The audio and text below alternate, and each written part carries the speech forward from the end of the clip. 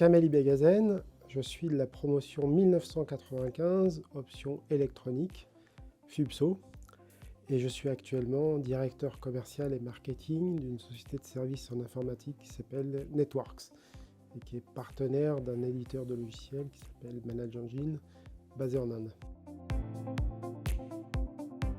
Alors c'est très simple, on est revendeur de logiciels de gestion d'infrastructures informatiques et on adresse le marché français sur tout secteur d'activité, sur toute taille d'entreprise, aussi bien du secteur public que du secteur privé.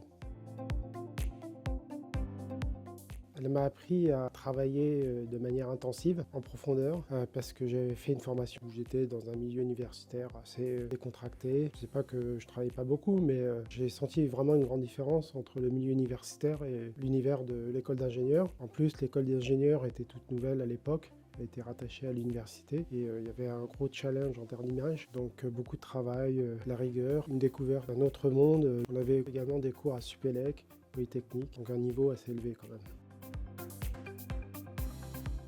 même. Très honnêtement, quand vous franchissez l'âge de 50 ans, on dit souvent que c'est un âge où on a envie de se reconnecter au passé. J'y croyais pas trop et au travers d'une rencontre hasardeuse d'une ancienne camarade de promo, effectivement j'ai ressenti le besoin de me reconnecter avec une partie de ma première promo.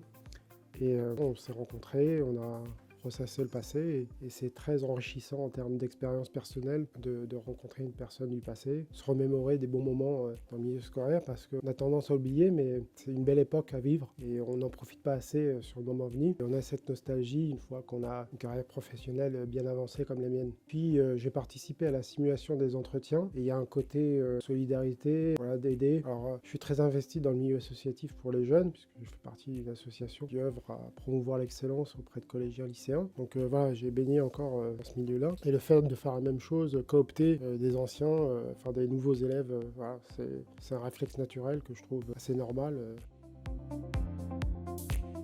J'ai fait partie d'une association qui s'appelle 100 000 entrepreneurs, parce que dans ma carrière professionnelle, pendant un peu moins de 10 ans, j'étais chef d'entreprise et je me suis investi dans cette association justement pour promouvoir le métier de chef d'entreprise. Et chaque année, symboliquement, le 8 mars, on avait une session spéciale dans des lycées pour aller échanger avec des lycéens et des lycéennes sur le monde de l'entrepreneuriat au féminin. Et ce qui me perturbe, m'agace et m'indigne quelque part, c'est qu'en 15 ans, les statistiques n'ont pas beaucoup évolué. On est encore aujourd'hui aux environs 30% de chefs d'entreprise de sexe féminin. C'est vraiment une aberration avec tous les progrès sociétals qu'il y a eu, la maturité des gens, le changement de vie de société, la maturité des jeunes, enfin, l'ouverture dans le monde, qu'on en soit encore à ces statistiques très basses. Les conseils que je peux leur apporter, c'est qu'il faut qu'ils apprennent à travailler de manière rigoureuse et surtout à travailler leur savoir-être. C'est hyper important d'avoir un bagage important en termes scolaires, d'avoir un diplôme qui est reconnu avec un certain niveau. Mais le plus essentiel au fil de la carrière, c'est le savoir-être qu'on développe dès l'école. Travailler sur des projets, rencontrer des gens, des professeurs, des alumni. Il faut qu'ils s'adaptent à cet écosystème, qu'ils osent entreprendre, qu'ils osent aller vers les gens, qu'ils osent demander. Ça, c'est une capacité qui sera fondamentale dans les années à venir, encore plus que des compétences purement techniques. Et un deuxième conseil, la langue. C'est une matière qu'on néglige énormément en milieu scolaire. On passe les tests classiques de TOEIC, on carbure pendant des mois et puis après on oublie. Dans le monde professionnel, aujourd'hui, l'anglais est vraiment essentiel. Dans un parcours professionnel, vous êtes amené à être bilingue ou avoir un très bon niveau d'anglais. Moi, je travaille avec un éditeur logiciel qui est basé en Inde. J'ai travaillé pendant des années avec un éditeur allemand et franchement, je ressens ce besoin d'avoir un niveau excellent. Et si j'avais su, je l'aurais travaillé très en amont à l'école. Les pièges à éviter, c'est de ne pas écouter les bons conseils que peuvent apporter les alumni parce qu'on est